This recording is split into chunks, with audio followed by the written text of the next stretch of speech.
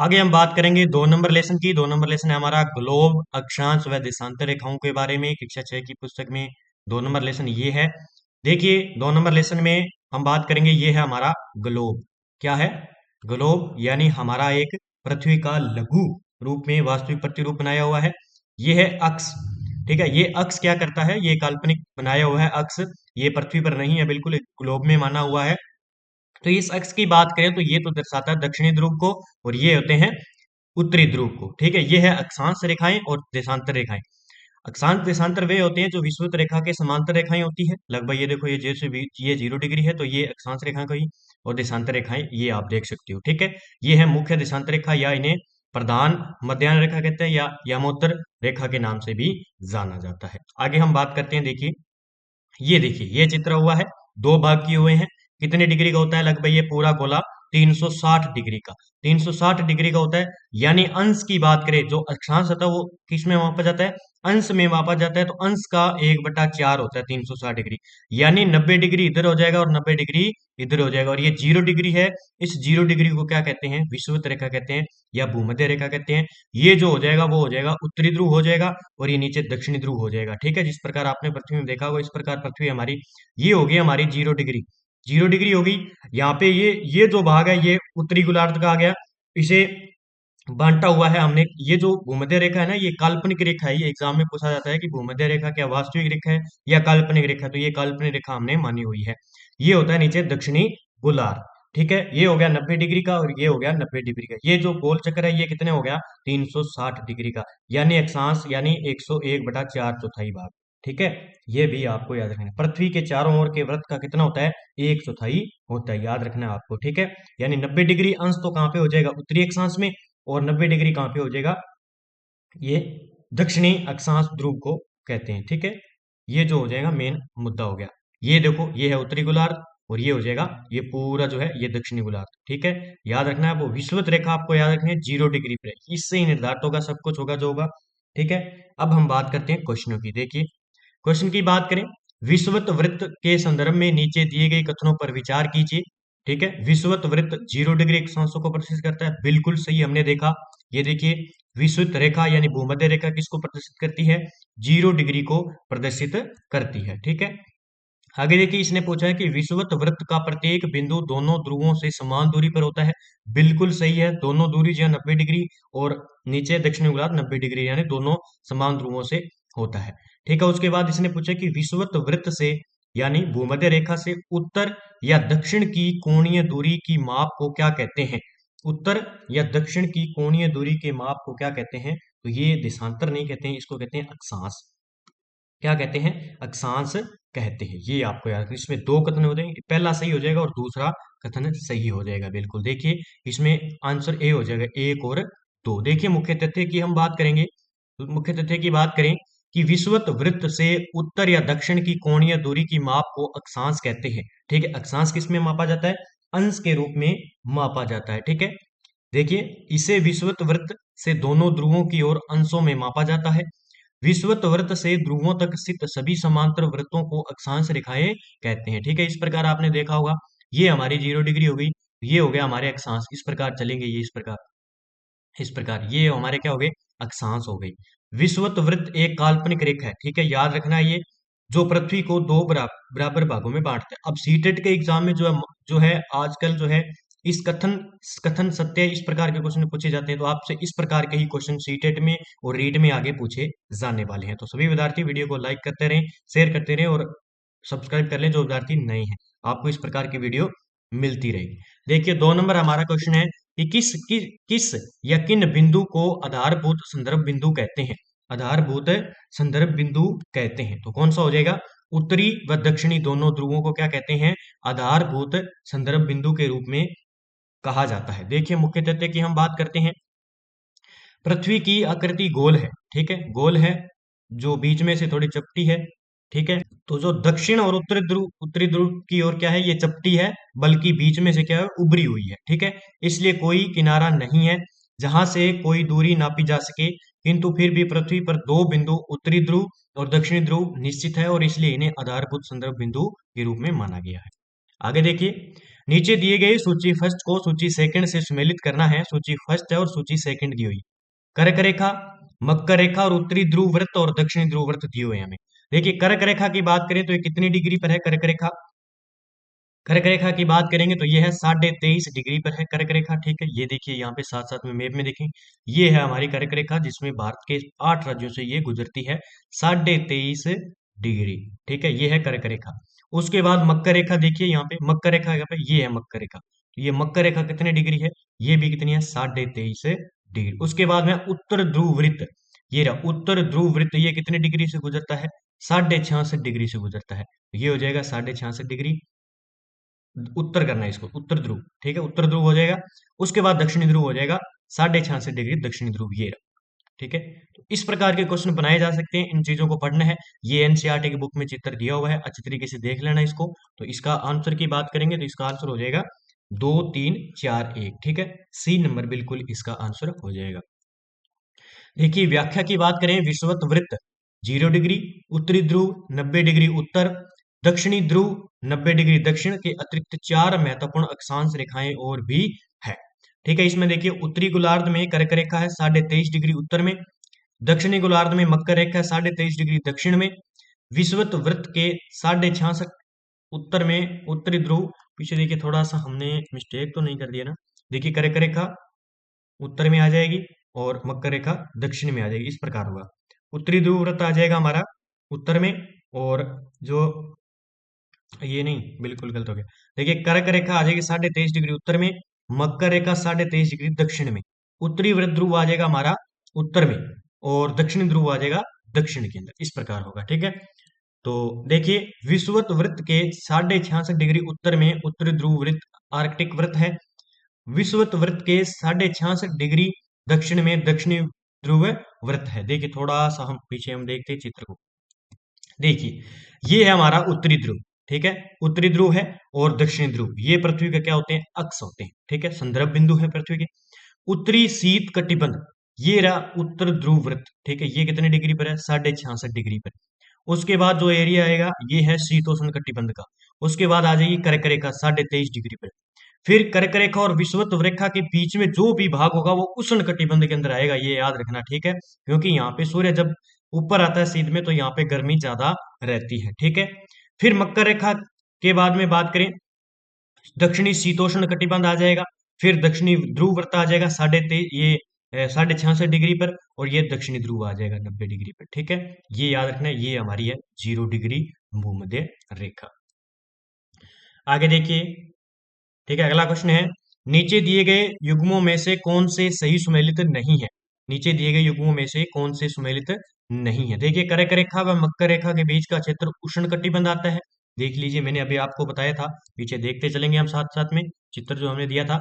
ठीक है, इसमें देखिए इसने कहा कि कर्क रेखा और मकर रेखा के बीच का क्षेत्र जो है उष्ण कटिबंध है। देखिए कर्क रेखा आ गया और मकर रेखा के बीच में कौन सा क्षेत्र है? उष्ण कटिबंध है, बिल्कुल कथन सही है। ठीक है, फिर इसने पूछा है कि देखिए कर्क रेखा और उत्तर ध्रुव वृत्त के बीच का क्षेत्र शीत कटिबंध है। ठीक है, ये हो जाएगा कथन, क्या हो जाएगा? कर्क रेखा और उत्तर ध्रुव। देख लेते हैं हम थोड़ा पीछे। इसने पूछा है कि कर्क रेखा एक तो आ जाएगी। ठीक है, और इसने पूछा है उत्तरी ध्रुव के बीच का जो भाग है वो किसका है? शीत कटिबंध का है। ठीक है, तो ये शीतकंठ नहीं, शीतोष्ण कटिबंध का है। किसका है? शीतोष्ण कटिबंध का है। फिर आगे देखिए क्या पूछा इसने। फिर इसने पूछा है कि दक्षिणी ध्रुव वृत्त और दक्षिणी ध्रुव के बीच का क्षेत्र शीतोष्ण कटिबंध है। ठीक है, ये बिल्कुल कथन सही है। तो ये शीत नहीं है, ये शीतोष्ण कटिबंध है। ठीक है, तो देख लेते हैं 3 नंबर पॉइंट को भी हम मैप में। इसने क्या पूछा है? इसने पूछा है कि दक्षिणी ध्रुव वृत्त, ये हो गया हमारा दक्षिणी ध्रुव वृत्त। ठीक है, उसके बाद इसने पूछा है कि दक्षिणी ध्रुव कौन सा हो जाएगा? दक्षिणी ध्रुव वृत्त और दक्षिणी ध्रुव के बीच में कौन सा है? शीत कटिबंध है। कौन सा हो जाएगा? शीत कटिबंध आएगा, ये भी गलत हो जाएगा। तो इसमें जो बिल्कुल कथन सही होगा वो होगा एक तो हमारा 2 नंबर। ठीक है, तो देखिए इसमें आंसर क्या होगा? इसका आंसर होगा, इसका आंसर होगा देखिए 2 और 3। इसने पूछा क्या था? इसने पूछा कि सही नहीं है। तो ये 2 और 3 सही नहीं है, कथन नंबर 1 बिल्कुल सही है। आगे देखिए, उष्ण कटिबंध क्या होता है? कर्क रेखा व मकर रेखा के बीच सभी अक्षांश पर सूर्य वर्ष में एक बार दोपहर में सिर के ऊपर होता है, इसलिए इस क्षेत्र में सबसे अधिक उष्मा होती है, इस कारण इसे उष्ण कटिबंध कहते हैं, कर्क रेखा और मकर रेखा के बीच में। शीतोष्ण कटिबंध की बात करें तो ध्रुव की तरफ सूर्य की किरणें तिरछी होती है, ठीक है। इस प्रकार उत्तरी गोलार्ध में कर्क रेखा व उत्तरी ध्रुव वृत्त तथा दक्षिणी गोलार्ध में मकर रेखा व दक्षिणी ध्रुव वृत्त के बीच में वाले क्षेत्र को तापमान मध्य रहता है, ठीक है। आगे देखिए, आगे है शीत कटिबंध क्या है? उत्तरी गोलार्ध में उत्तरी ध्रुव वृत्त व उत्तरी ध्रुव तथा दक्षिणी गोलार्ध में दक्षिणी ध्रुव वृत्त और दक्षिणी ध्रुव के बीच के क्षेत्र में बहुत ठंड होती है, क्योंकि यहाँ सूर्य क्षितिज से ज्यादा ऊपर नहीं आ पाता है, ठीक है। इस कारण यहाँ पे शीत कटिबंध होता है। अब देखिए शीत कटिबंध और कहाँ पे है, सारा हम थोड़ा सा और चर्चा कर लेते हैं। ये देखिए, उत्तरी ध्रुव व उत्तर ध्रुव वृत्त के बीच में शीत कटिबंध होगा, ठीक है। उसके बाद देखिए फिर कर्क रेखा और मकर रेखा के बीच में कौन सा होगा? उष्ण कटिबंध होगा। कौन सा? उष्ण कटिबंध होगा। फिर दक्षिणी ध्रुव वृत्त और दक्षिणी ध्रुव के बीच में कौन सा होगा? शीत कटिबंध होगा। फिर देखिए यहाँ पे उत्तरी ध्रुव वृत्त और कर्क रेखा के बीच में शीतोष्ण कटिबंध होगा, ठीक है, शीतोष्ण कटिबंध। अगर आपको इस प्रकार का क्वेश्चन आ जाए तो आप अच्छी तरीके से चित्र को जल्दी से बना लीजिए और अच्छी तरीके से देख के क्वेश्चन को कर सकते हो। फिर इसके बाद देखिए यहाँ पे दक्षिणी ध्रुव वृत्त और मक्का रेखा के बीच में कौन सा आ जाएगा? शीतोष्ण कटिबंध आ जाएगा। याद रखना है आपको, डिग्री भी पूछा जा सकता है कि 66.5 डिग्री के बीच से 23.5 डिग्री के बीच में किस प्रकार का जो है कटिबंध है, और 0 डिग्री और 23.5 डिग्री के बीच में किस प्रकार का। अगर आपको ये मैप याद है तो आप अच्छी तरीके से कर सकते हो इन क्वेश्चनों को, ठीक है। आगे देखिए, अगला क्वेश्चन है, नीचे दिए गए कथनों पर विचार करना है कि विषुववृत्त वृत्त से ध्रुवों तक स्थित सभी समांतर वृत्तों को अक्षांश रेखाएं कहते हैं। बिल्कुल सही है। सभी अक्षांश रेखाओं का आकार एक समान रहता है। सभी अक्षांश रेखाओं का जो आकार है वो समान रहता है, ठीक है। तो इसमें जो समान नहीं रहता है, बिल्कुल 1 नंबर कथन इसका सही हो जाएगा, ठीक है। ये इसका आंसर हो जाएगा। मुख्य तथ्य की हम बात करते हैं, केवल कथन सत्य है। जैसे जैसे हम विषुवत वृत्त से दूर जाते हैं, यानी क्या होगी? ये विषुवत रेखा है। जैसे जैसे हम इनसे दूर जाते हैं, इधर जाते हैं या इस प्रकार ध्रुवों की तरफ बढ़ते हैं, दूर जाते हैं, तो अक्षांश रेखाओं का आकार घटता है। ये पॉइंट याद रखना है आपको। एग्जाम में सीधा इसी प्रकार का दिया जाएगा कि विषुवत वृत्त से जैसे जैसे हम दूर जाएंगे वैसे वैसे आकार बढ़ता है या घटता है। तो आकार क्या है? घटता है। जैसे जैसे हम दूर जाएंगे तो आकार इनका क्या होगा? घटेगा। इस प्रकार विषुवत वृत्त के उत्तर की सभी समांतर रेखाओं को उत्तरी अक्षांश कहा जाता है, तथा विषुवत वृत्त के दक्षिण स्थित सभी समांतर रेखाओं को दक्षिण अक्षांश कहा जाता है, ठीक है। ये हो गया दक्षिण, ये उत्तर हो गया। उल्लेखनीय है कि अक्षांशों को अंशों में मापा जाता है तथा दो अक्षांशों के बीच की दूरी 111 किलोमीटर होती है, ठीक है। याद रखना, जैसे ये अक्षांश है, उसके बाद ये अक्षांश है, इन दोनों की जो बीच की दूरी है वो कितनी होगी? 111 किलोमीटर की है। ये आपको याद रखना है अक्षांश की, ठीक है।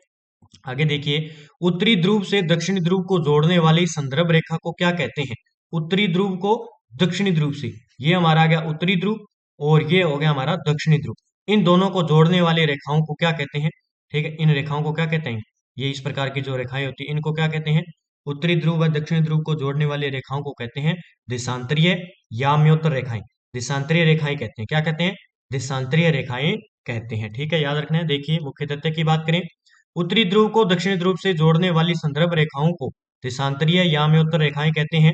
किसी भी स्थान की सही स्थिति बताने के लिए अक्षांश के अलावा यह जानना आवश्यक होगा कि उत्तरी ध्रुव से दक्षिणी ध्रुव को जोड़ने वाले देशांतरीय याम्योत्तर से पूर्व या पश्चिम की ओर इन स्थानों की दूरी कितनी है। याम्योत्तर का मतलब क्या होता है कि उत्तर ऊपर से नीचे या नीचे से ऊपर, इस प्रकार याम्योत्तर का उत्तर होता है, ठीक है। उत्तर से दक्षिण की जोड़ने वाली रेखाओं को याम्योत्तर रेखाएं कहते हैं। ये याद रखना है आपको। आगे देखिए, देशांतरों को अंशों में मापा जाता है तथा विषुवत रेखा पर दो देशांतरों के बीच की दूरी 111.321 किलोमीटर होती है और यह ध्रुवों के तरफ घटती जाती है। ये याद रखना है, ठीक है। ध्रुवों की तरफ क्या होती है? घटती जाती है। देशांतरों को भी किसमें मापा जाता है? आगे देखिए, क्वेश्चन की बात करते हैं। देशांतरीय याम्योत्तर के संदर्भ में नीचे दिए गए कथनों पर विचार कीजिए। देखिए देशांतर याम्योत्तर अर्धवृत्त होते हैं, ठीक है। इनके बीच की दूरी ध्रुवों की ओर बढ़ने पर घटती जाती है तथा ध्रुवों पर शून्य हो जाती है, ठीक है। उसके बाद देखिए देशांतरीय याम्योत्तरों की लंबाई एक समान होती है। उपयुक्त कथनों में से कौन से कथन सत्य है? तो ये बिल्कुल सारे सही हैं। ये अर्धवृत्त होते हैं। इनके बीच की दूरी ध्रुवों की ओर बढ़ने पर घटती है, ये भी याद रखना है, और ध्रुवों पर शून्य हो जाती है। देशांतरीय याम्योत्तरों की लंबाई एक समान है होती है। क्या होती है? एक समान है होती है। तो इसका आंसर हो जाएगा उपयुक्त सभी हो जाएगा, ठीक है। देखिए मुख्य तथ्य की हम बात करें, देशांतर याम्योत्तर अर्धवृत्त है तथा उनके बीच की दूरी ध्रुवों की तरफ बढ़ने पर घटती जाती है एवं ध्रुवों पर शून्य हो जाती है, जहां सभी देशांतरीय याम्योत्तर आपस में मिलती है। अक्षांश रेखाओं से भिन्न देशांतरीय याम्योत्तरों की लंबाई समान है होती है, ठीक है। यानी देशांतरीय याम्योत्तरों की लंबाई क्या होती है? समान होती है। आगे देखिए, किसी स्थान का मानक समय यानी स्टैंडर्ड टाइम निर्धारित करने का आधार क्या होता है? किसी स्थान का मानक समय हमें निर्धारित करना है तो वो सही टर्म क्या होगा हमारा? देशांतरीय यानी प्रमुख याम्योत्तर, ठीक है। प्रमुख याम्योत्तर होता है, ठीक है। अब देखिए मुख्य तथ्य की बात करते हैं, क्या होता है? देशांतरीय याम्योत्तरों की लंबाई एक समान होने के कारण इन्हें सिर्फ मुख्य संख्याओं में व्यक्त करना कठिन था। तब सभी देशों ने निश्चय किया कि ग्रीनिच, जहां ब्रिटिश राज की वेधशाला स्थित है, ये सेम दिया हुआ है एनसीईआरटी की बुक में, मैंने उठाकर डाला है, से गुजरने वाली याम्योत्तर से पूर्व और पश्चिम की ओर गिनती शुरू की जाए। किससे? पूर्व यानी गुजरने वाली जो याम्योत्तर से पूर्व और पश्चिम की ओर गिनती शुरू की जाए। इस याम्योत्तर को प्रमुख याम्योत्तर कहते हैं। क्या कहते हैं उसे? प्रमुख याम्योत्तर कहते हैं। तथा इसका मान 0 डिग्री देशांतर है, अर्थात यह स्थान मानक समय निर्धारित करने का आधार बना है।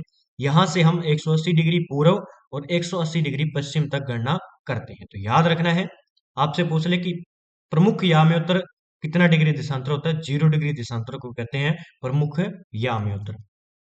आगे देखिए, नीचे दिए गए कथनों में से कौन सा कथन सत्य है? देखिए प्रमुख याम्योत्तर, ये याम्योत्तर का मतलब देशांतर, प्रमुख याम्योत्तर तथा 180 डिग्री याम्योत्तर, याम्योत्तर देशांतर मिलकर पृथ्वी को समान भागों यानी पूर्वी गोलार्ध व पश्चिमी गोलार्ध में विभक्त करती है।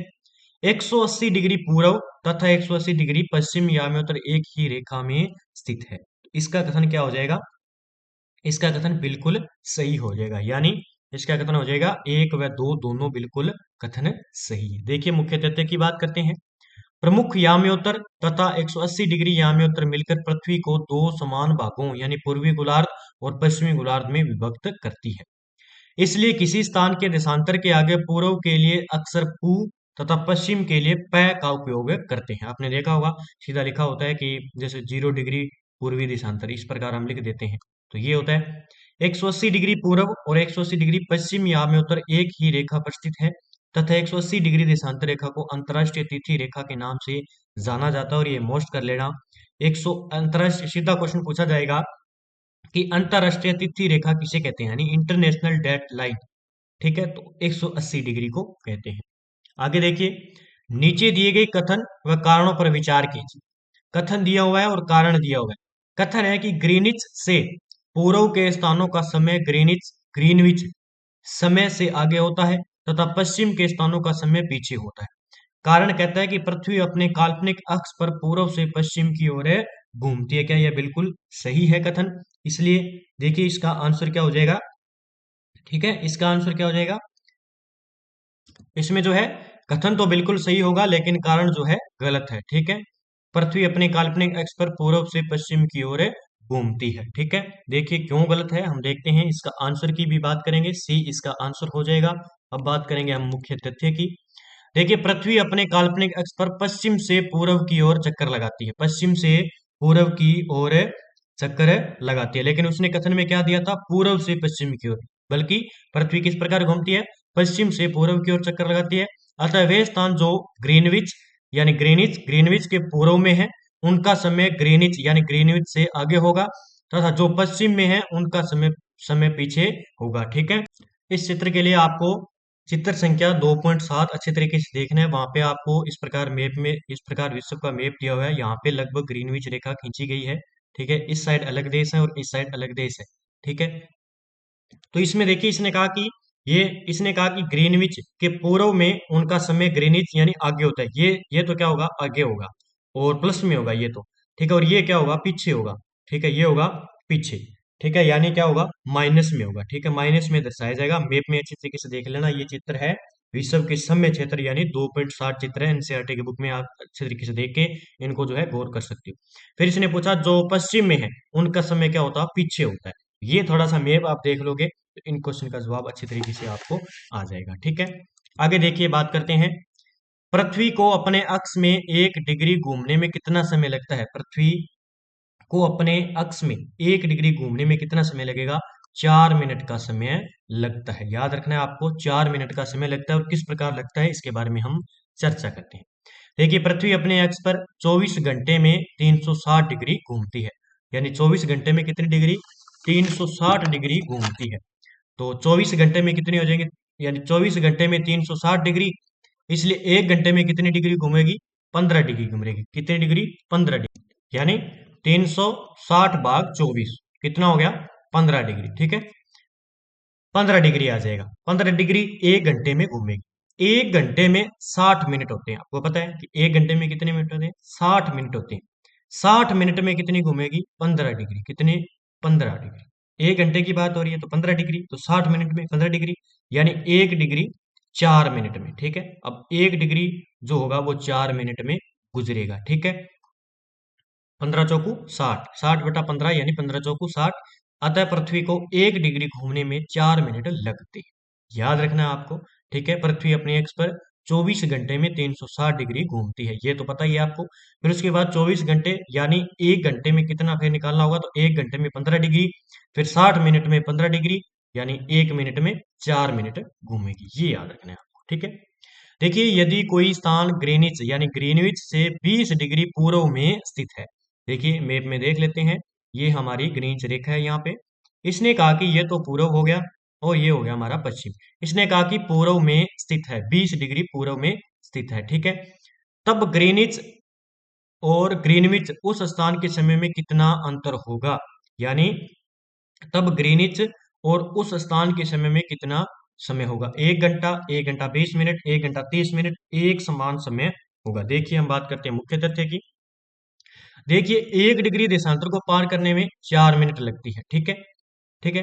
20 डिग्री देशांतर को पार करने में 20 × 4 यानी 80 मिनट लगेंगे, यानी 1 घंटा 20 मिनट लगेंगे, ठीक है। बिल्कुल आपको याद हो गया। अगर ग्रीनविच में 12 बजे होंगे, तब उस स्थान पर 1 बजकर 20 मिनट हो रहे होंगे, ठीक है। यानी ग्रीनविच रेखा पर जब 12 बजे होंगे, तब उस स्थान पर 1 बजकर 20 मिनट होंगे। ये याद रखना है आपको, ठीक है। आगे देखिए, भारत के किस याम्योत्तर देशांतर रेखा को भारत का स्थानीय समय माना गया है।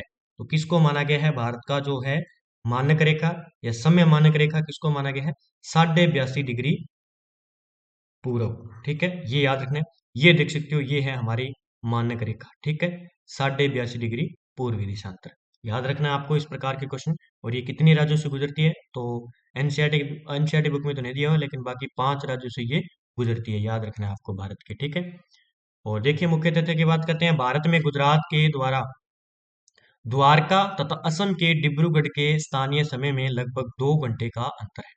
इसने कहा कि गुजरात के द्वारका और असम के डिब्रूगढ़ के स्थानीय समय में लगभग 2 घंटे का अंतर है, इन दोनों में 2 घंटे का अंतर है। इसलिए यह आवश्यक था कि देश के मध्य भाग से होकर गुजरने वाली किसी याम्योत्तर के स्थानीय समय को देश का मानक समय माना जाए।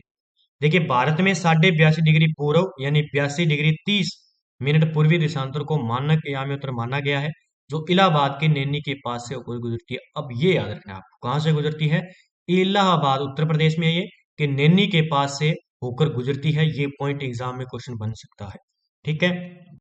आगे देखिए, अगला क्वेश्चन है, अगला है कि भारत के मानक समय एवं ग्रीनविच के मानक समय में कितना अंतर है, यानी भारत और ग्रीनविच रेखा के बीच में कितना अंतर है। तो हमारे जो अंतर है वो 5 घंटा 30 मिनट आगे है, यानी इस तरफ है। यहाँ पे देखा होगा मैप, वो देखना आप 2.27 चित्र वाला, यहाँ पे भर दिया और +5 लिखा हुआ है, 5 लिखा हुआ है, +5, ठीक है, इसे आगे है। ग्रीन रेखा से कितना है, आगे है। इस प्रकार देखोगे आप पूर्व की साइड, तो 5 घंटे 30 मिनट आगे है। इस प्रकार का क्वेश्चन पूछा जाता है। मुख्य तथ्य की बात कर लेते हैं। भारत का मानक समय याम्योत्तर ग्रीनविच के 92.5 डिग्री पूर्व में स्थित है, अतः यहाँ का समय ग्रीनविच के समय से 5 घंटा 30 मिनट आगे है। इसलिए जब लंदन में दोपहर के 2 बजे होंगे तब भारत में शाम के 7:30 बजे होंगे। ठीक है, ये भी याद रखना है। हो सकता है एग्जाम में सीधा ही पूछ लिया जाए कि जब लंदन में दोपहर के 2 बजे होंगे तो भारत में को क्या टाइम होगा। ऑप्शन में 7:30 8 बजे इस प्रकार दे दिया जाएगा। इनको तो क्वेश्चन चेक करना है। ठीक है, तो एनसीईआरटी आज का टॉपिक था ग्लोब, अक्षांश व देशांतर से जितने भी मोस्ट क्वेश्चन बन रहे थे मैंने आपको दे दिए हैं। चित्र के माध्यम से जितना मैंने समझाया आपको समझ में आया होगा। बाकी खुद आपको पढ़ना ही पड़ेगा। जैसे मैंने ये आपने अच्छी तरीके से पढ़ लीजिए बुक को, फिर उसके बाद ये क्वेश्चन को देखिए कि किस प्रकार क्वेश्चन बन रहे हैं एग्जाम की दृष्टि से। एक बार आपको बुक को पढ़ना ही पढ़ना ही पड़ेगा। एनसीईआरटी को आपको 2 से 3 बार निकालोगे जब आपको जाके ये समझ में आएगी कहानी। ठीक है, तो एनसीईआरटी आपने पढ़ ली तो यानी आपका बेसिक तैयार हो गया। आपको कहीं भी खड़े, चौराहे पे खड़े, बस स्टैंड पर खड़े आपसे कोई क्वेश्चन पूछ ले तो आपका क्वेश्चन गलत नहीं होगा। ठीक है, अब हम लेसन नंबर 3 की बात करते हैं।